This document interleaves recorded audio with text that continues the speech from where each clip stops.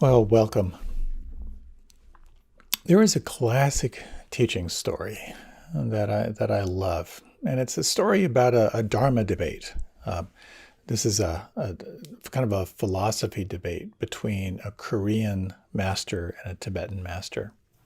Very different styles, very different presentation. Um, so they're there in this room to have this conversation, if you will, or debate. In some traditions, like Dharma debates, they're real and they're intense. So they're sitting across from each other with their translators.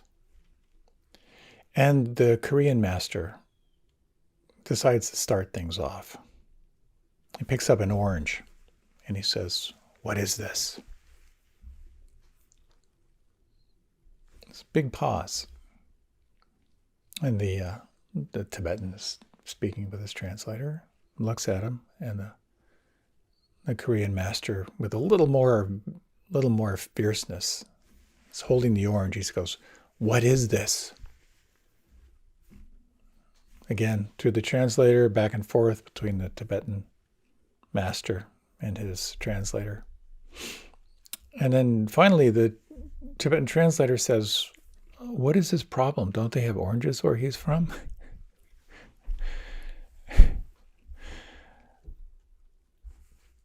I love that question because the general topic of what I'd like to explore is, how do we know anything? How do we know what's true? I'm very excited about exploring questions and how they influence awareness.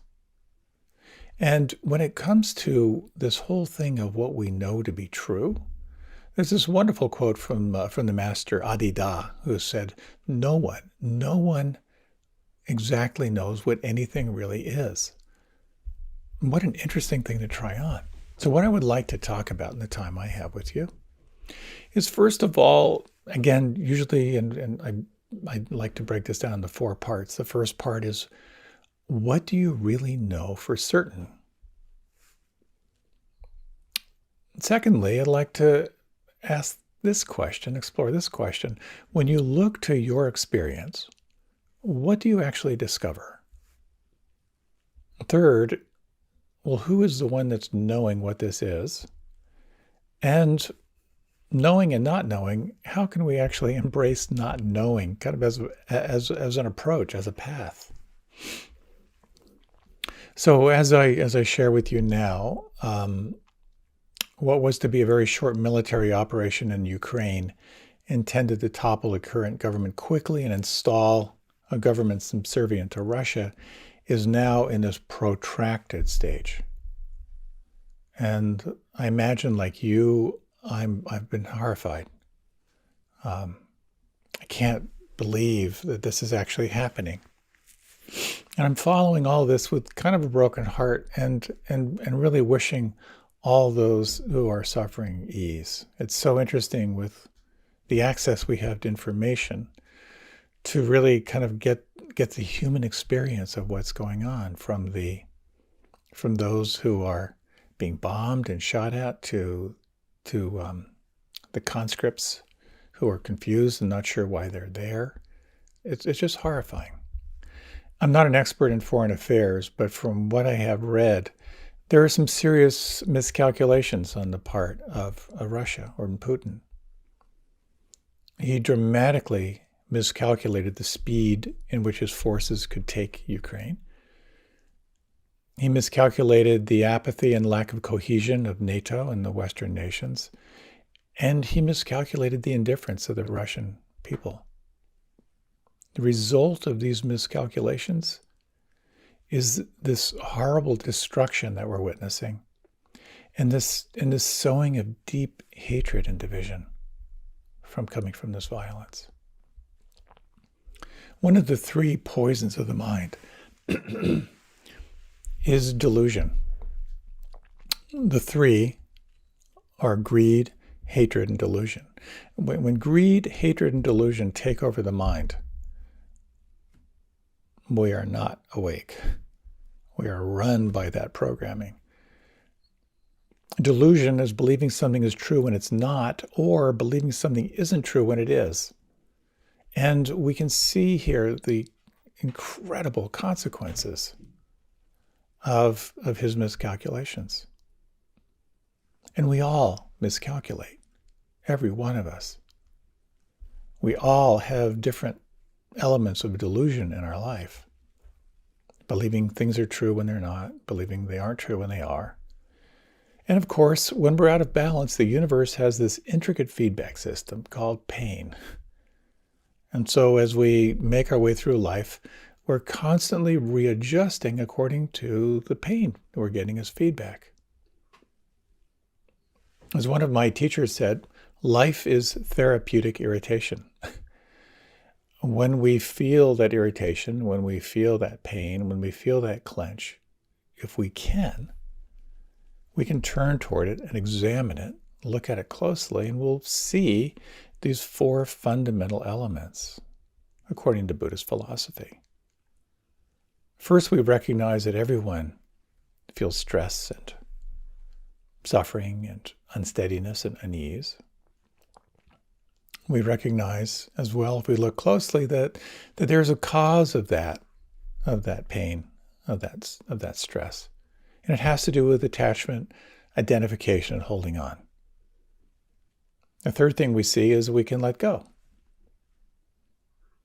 And the fourth is we can see that there are practices, there are observations, there's a path that actually leads to an increasing potential for letting go of that imbalance and coming into a sense of balance again. And so the inquiry becomes, when we're battling delusion, when we're exploring greed and hatred, what do we really know to be true? Externally, we're told all forms of revisionist history that we grew up with. We have cultural norms that we tend to accept. And when it comes to seeing the nature of reality, of seeing what's really, really, absolutely, indisputably true, it's confusing. My Uncle Dave taught creative writing. I took a number of his courses. And he would really get on us about being truthful when you write. I remember him saying, the sun doesn't rise, the earth turns. He said the wind doesn't blow, it's being sucked to a lower pressure. Pay attention. I was pretty cool when I realized, yeah, that's right. I'm not watching the sunrise. I'm watching the earth turn. And every now and then when I find my mind saying the wind is blowing, I remember, oh no, it's actually being pulled to a lower pressure. I once saw these birthing videos, and sort of that demonstrate, so how do you prepare for birth? What's it like to go through birth? And they gave these 2 examples. One was a couple in California, and then another was a couple in Michigan. A couple in California had the hot tub, they had the candles, they had the incense, they had the white lacy curtains blowing in the breeze, all calm and just preparing to kind of welcome this creature, into the world. The couple in Michigan were surrounded by their family. So this woman, just before she was giving birth, there are people walking in and out of her bedroom. There are people arguing in the bedroom. There are people yelling out to each other. There are people making jokes.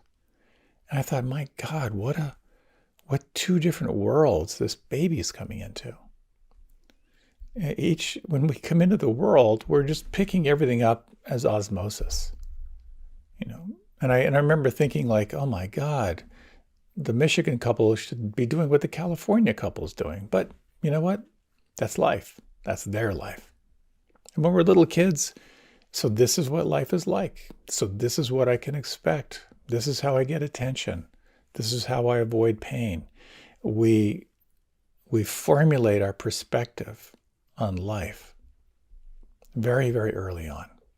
We're simply taking in information, interpreting it, figuring out how we can survive and how we can thrive. And much of what we're learning may not be that helpful. And so when we begin to take on practices that help us to wake up, we start noticing what's not true. We start looking at our assumptions in life, and we start to figure out is what I've assumed to be true actually true? And actually what's happening is we're engaging into something that we could call unlearning. Rumi has this beautiful quote about this. And this again is when you really want to wake up to what is true. He said, unlearning is the highest form of learning. Unlearning is the highest form of learning. It's about moving from your story about what life is like, unlearning the assumptions to find out what is true. This is not for the faint of heart. This has been described, as has been mentioned by so many people, as swimming upstream, swimming against your conditioning, the conditioning of others. So when you undertake this practice of mindfulness, of seeing clearly, it's about looking closer at the nature of reality itself. So then the question is, when you look, what do you see? What do you discover? A student once asked me after a class I was leading, she said, am I supposed to relax or am I supposed to pay attention? I was kind of stunned by the question for a moment, and I said, yes.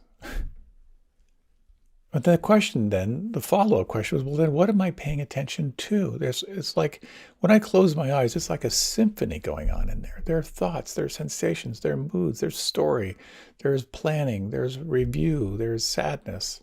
What am I supposed to pay attention to? Awesome question.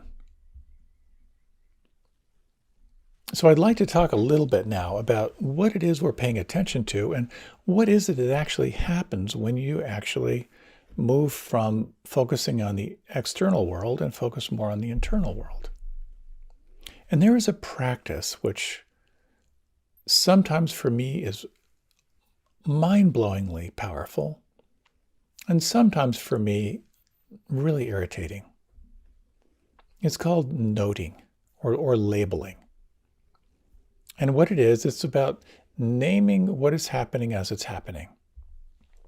Now, one of the areas, or I should say the fundamental area where we are guided in this particular tradition of mindfulness, is to be aware of the body. Because the body only lives in the here and now. It's the mind that forecasts in the future and past. But the body becomes your doorway, becomes your portal into presence. There's no way I can do this teaching justice, but I want to give you a little sample of it because you might find it to be really helpful. And if you want more, just Google Shinzen Young, Shinzen Young, and his instructions on see, hear, feel. And just to tell you a little bit about what this practice is, when you close your eyes, we have five senses. And Buddhism actually says six senses. You've got sight, sound, feeling, taste, and smell, and then the mind is included as one of the organs because it's that which is cognizing and processing all that information. But the primary that we tend to notice is seeing, hearing, and feeling. So what we'll do in this short little Zen pop quiz of a meditation is to focus attention on the here and now, based on the three main senses of see, hear, and feel. Now, what happens is, like when I close my eyes, chances are I might get an image that just sort of arises. It might be I'm thinking about something and poof, there's an image. Or I might be aware of the light beyond my closed eyes. And when I notice that, I just simply say see. I'm acknowledging that that seeing is happening. Now, I might be aware, as I am right now, that yet another plane is coming by. So as I notice that, I simply note here. As I'm sitting, I'm also aware that for some reason, my attention kind of went to the soles of my feet. I can feel kind of like tingling in the soles of my feet, my heels. So here I would just simply note feel. Now, if you like, we'll just do this for a short period of time. If you like, you can close your eyes. And when you notice the phenomena of visuals, you'll say see. When you notice the phenomena of sound, you'll say hear. And when you notice the phenomena of feel or feeling or sensing, you'll use the word feel. So we'll take the next minute. You can close your eyes, slow down your breath. Imagine the sense of the observer and explore using see, hear, and feel.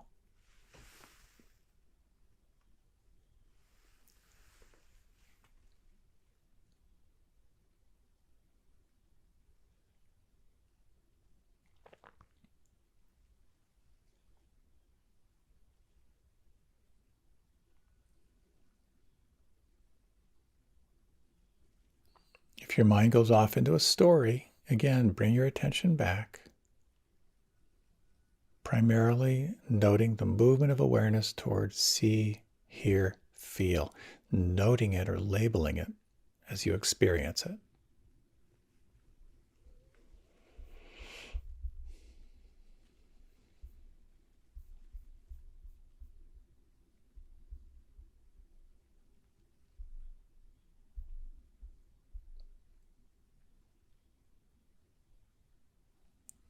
Now, as you're ready, you can deepen your breath.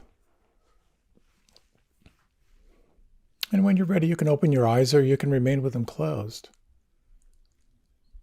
So I wish you could tell me your experience right now, but I'm going to imagine your experience. You may have found that to be helpful.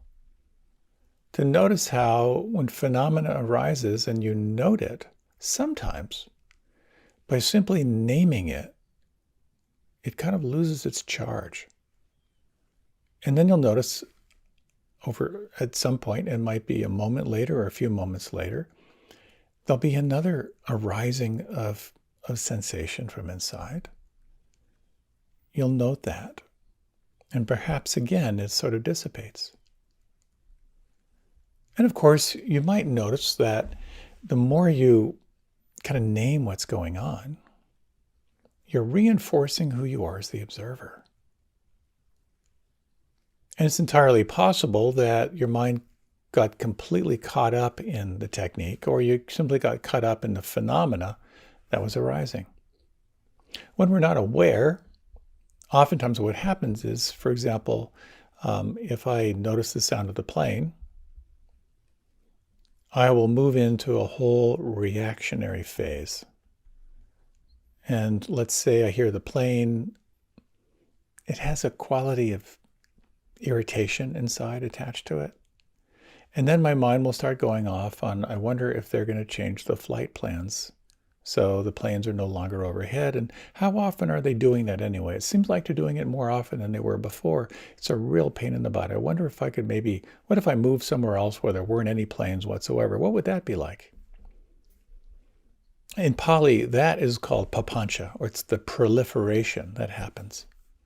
Just from the vibration of the plane, if I can't simply note it and sort of let it be, I will go way down a long track of adding content onto a very primary experience that is utterly impersonal to me. So you may find this technique helpful. See, hear, and feel are the primary things you're noting as they're happening. And notice what happens for you. You might find it to be a practice that it becomes a really powerful companion. You may find it to be something you might engage into from time to time when your mind is particularly unsteady. But I wanted to share this with you because it begins to point towards something really powerful. What is it that you notice when you pay attention inside?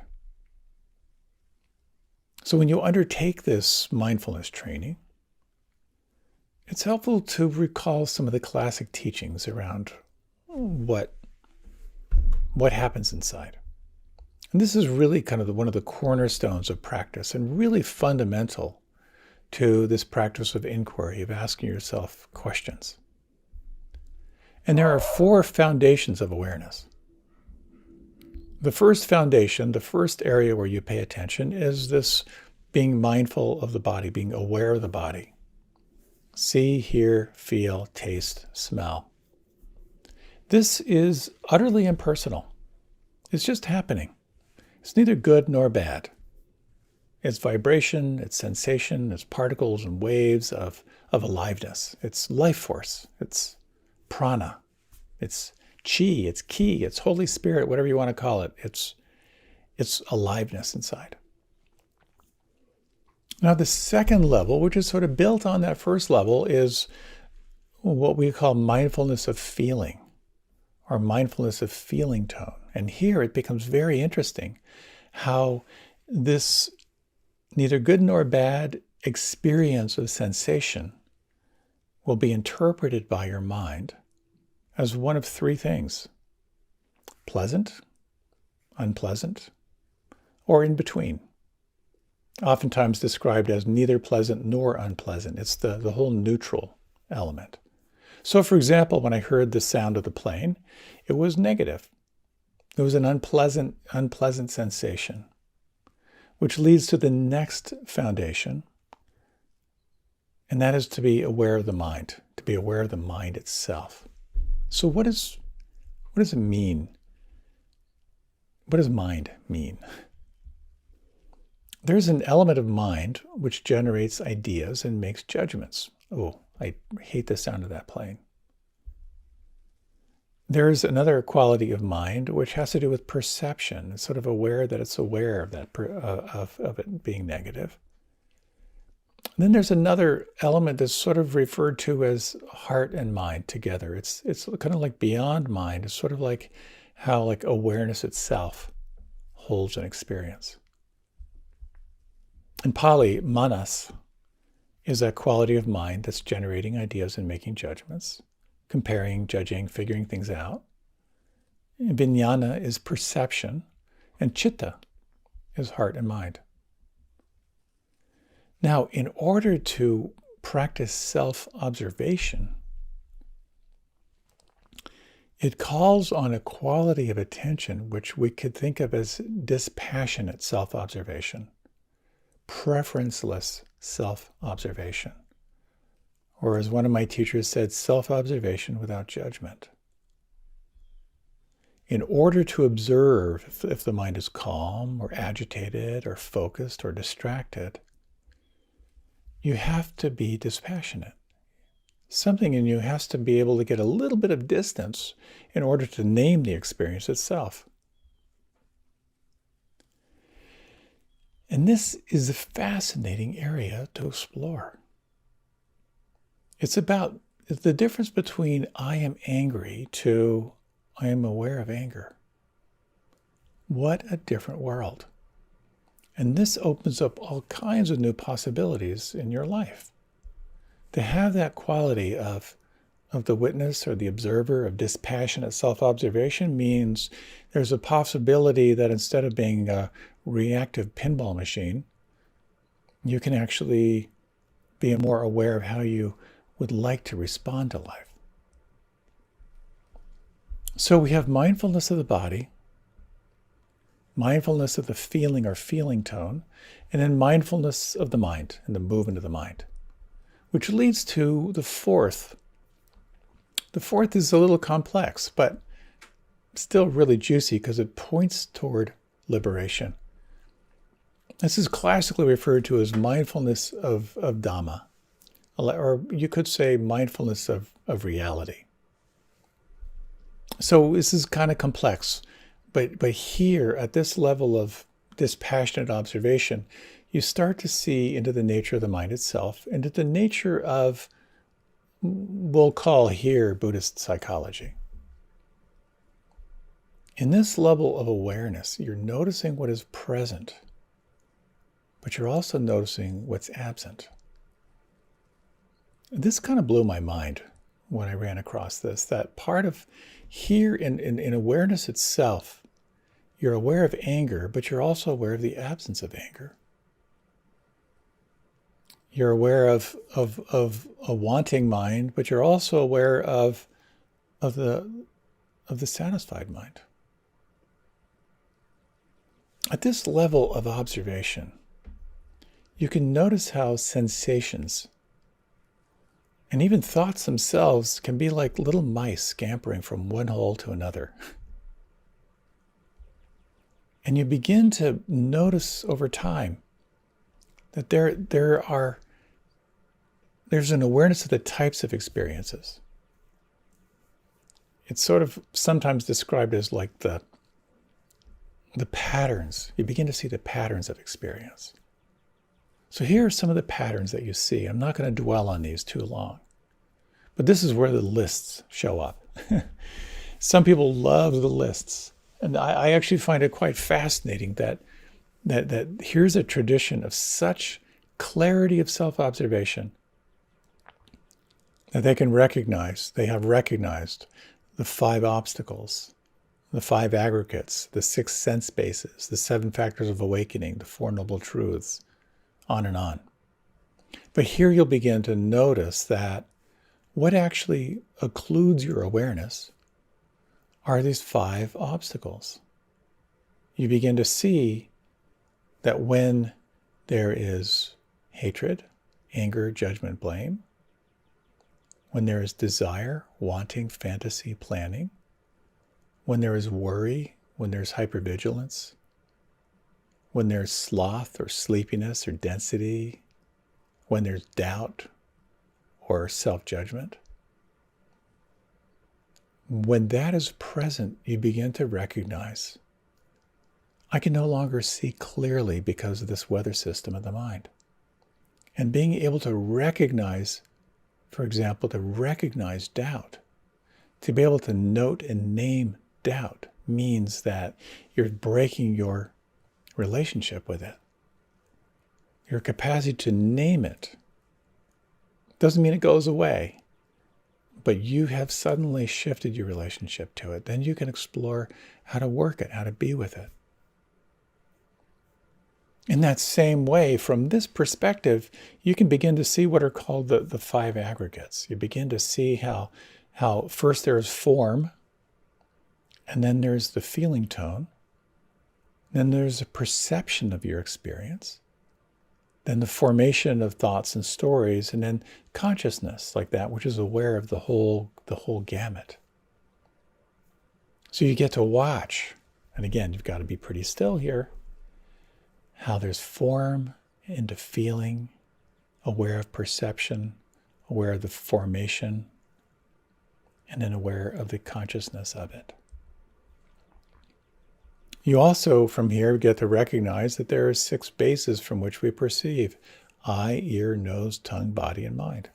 So here, again, you open to the sense doors and realize that there's a certain awareness that comes through vision, a certain awareness that comes through sound, a certain awareness that comes through smell, through taste, an awareness that comes through opening to the felt sense of the body. And you also get to be aware of the mind itself, this computer that's taking all this sensory data and packaging it in a way that the mind can understand and make sense of it, to determine if it's threatening, and to determine your relationship to it. There's also the 7 factors of awakening, which I'll spare you. Awareness of the 4 noble truths. All of this is part of what you notice when you close your eyes and you go inward. And what you'll notice, or certainly what I notice, is the more you relax, the more you feel. The more you feel, the more you notice your relationship to what's happening. Back to the big circle with a line through it. Imagine a big circle, horizontal line through it. Above the line is what you're aware of. Below the line is what you're not aware of. Everything that's unfelt, unseen, uncognized is waiting for you to recognize it. And so in this practice, you get to watch how your mind will move into commentary or narrative, or how the mind can reconnect to the aliveness of the moment. It's kind of a miracle. And you can focus on any one of these. You can focus on pure sensation.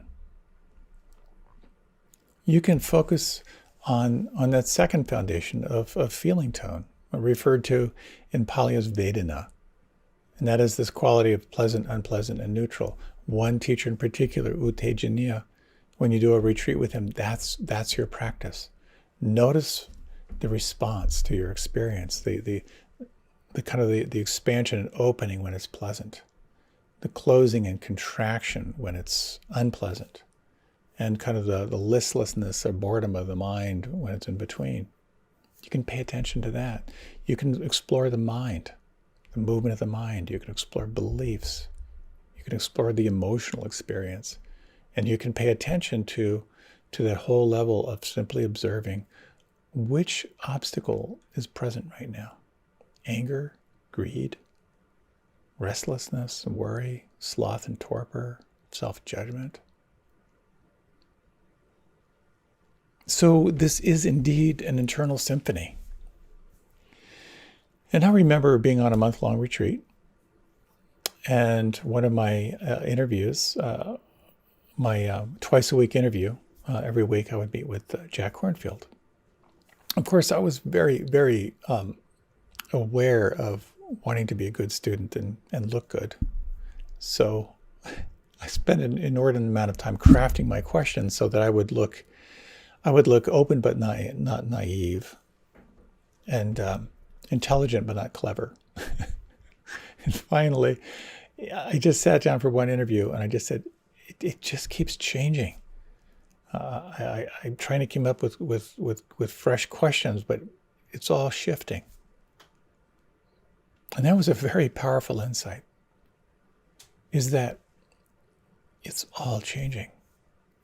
If you look, you will begin to recognize that another one of the dhammas, which I didn't mention, are these three characteristics of reality. You begin to notice that anything that has arisen out of causes and conditions is going to change.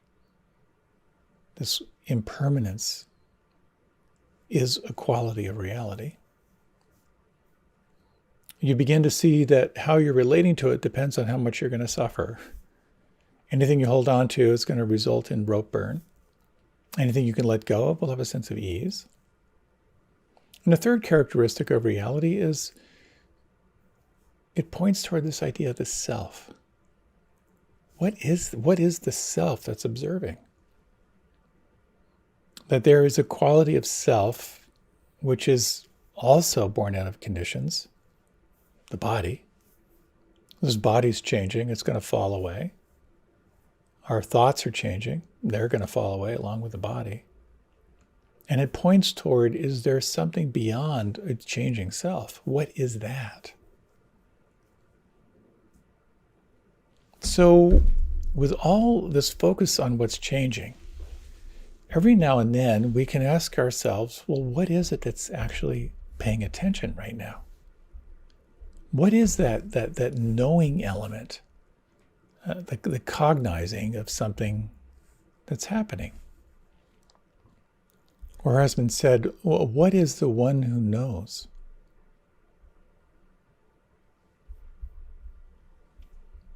I'm aware that I need more time than what my talk allows, but I want to share the story with you. I was in the Peace Corps in West Africa, and I taught in a university, the University of Niamey in Niger, in West Africa. And I taught on the other side of the river. On one side of the Niger River was the capital city of Niamey, and the University of Niamey was on the other side of the river. And so to get there, you had to cross what's called the Pont J.F. Kennedy, the J.F. Kennedy Bridge, which was a 2-lane bridge, which was just an unreal experience because it had massive trucks, huge dump trucks, buses, cars, motorcycles, mopeds, camels, burros, pedestrians, bicycles, all happening. It was an amazing experience every day. And quite often there would be these camel trains that would be bringing firewood into the city. And it would be all packed up on either side of the camel train. And on my motorcycle, I would often get down really, really low with my head just above the handlebars so I could sort of scoot along underneath the bundles of wood on either side of the camel, looking for the errant piece of wood that might snag me.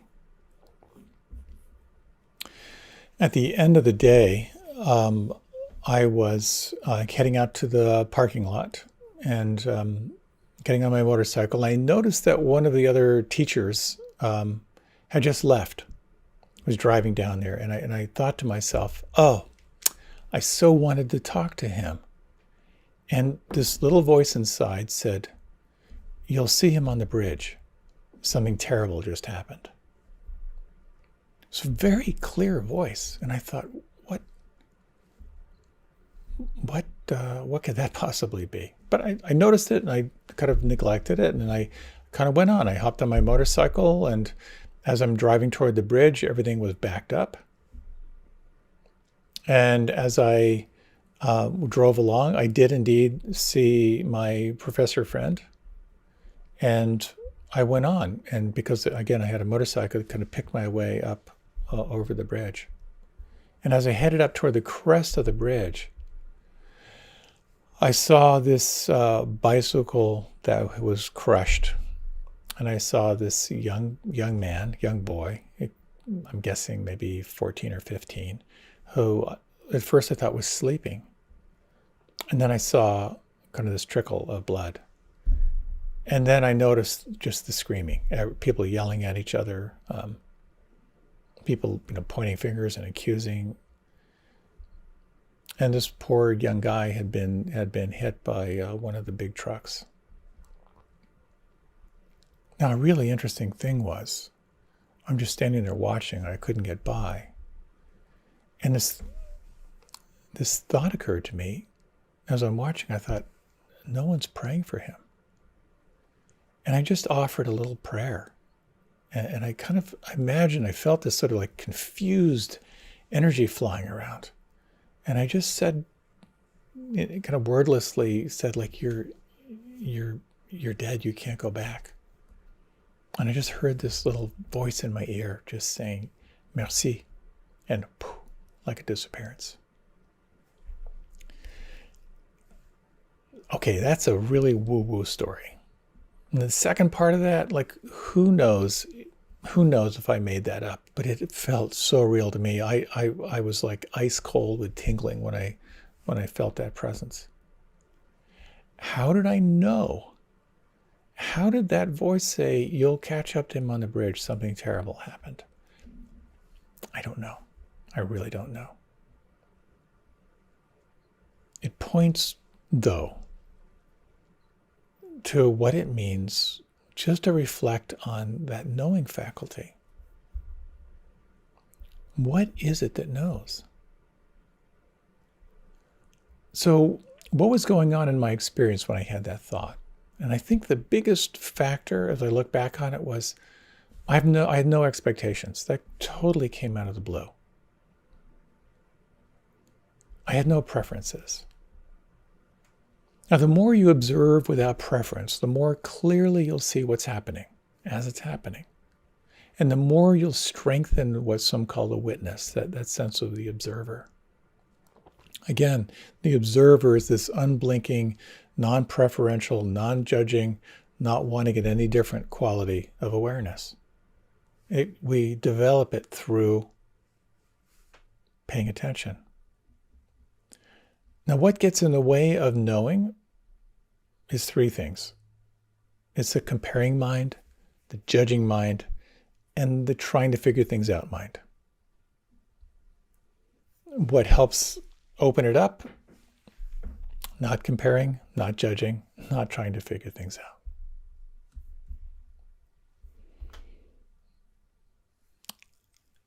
Ajahn Chah is considered one of the primary root teachers in this tradition. And he talked about this practice as awakening the one who knows. So what is this? We can think of this as original mind, kind of unfettered, unconditioned mind. Some think of it as the silent witness, that unblinking awareness in the background. Some think of it as spacious consciousness. This tradition speaks of insight. I just keep glancing at the time. There's so much more I wanted to say here. Insight is seeing clearly. It's getting under your preferences. It's getting to the truth of things. It's really seeing penetrating insights into the nature of reality. That's what arises in this practice. So we have just a few minutes before we close. Why don't we close with a short meditation? You might, with your eyes closed, just feel the breath. And in your own way, feel or imagine the sense of the witness, the sense of the observer. You might recall this practice of noting. See, hear, and feel. Take a moment just to open to this sense of observation.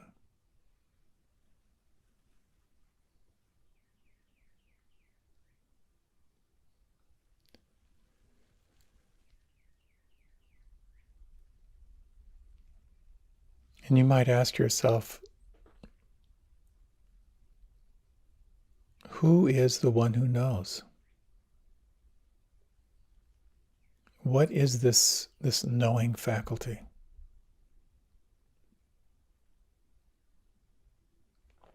And you might just sense for a moment, who is present? What is the quality of presence in the absence of comparing?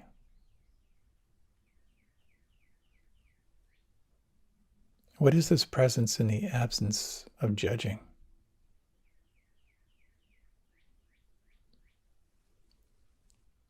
What is this presence in the absence of trying to figure anything out?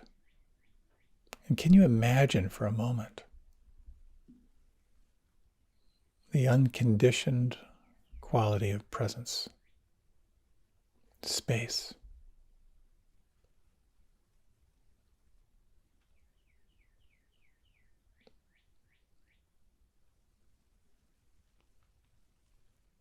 With all that arises internally, sensations, feeling tone, thoughts, the recognition of patterns, can you sense a quality now of what we might call loving awareness? Awake at the same time, deeply allowing.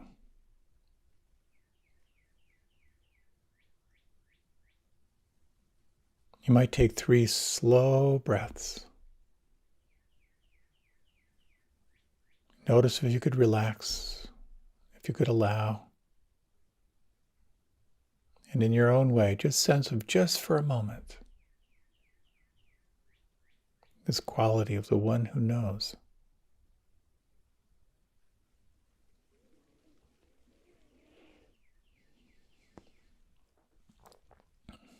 As you're ready, you can deepen your breath. If you like, you can open your eyes if you have not already. I hope you found this helpful. In order to be truly free in this life, to really cultivate those penetrating insights into the nature of reality, it's critical we develop this capacity for self-observation without judgment. That we become more intimately aware of kind of the mechanics of what arises internally, and to very gently begin to train our attention to step back, to not only sense who you are as the one who's aware, but also to open into the mystery. As one teacher put it so beautifully, it's all about loving the mystery. Thank you so much for your time and for your attention. and blessings to you in your practice.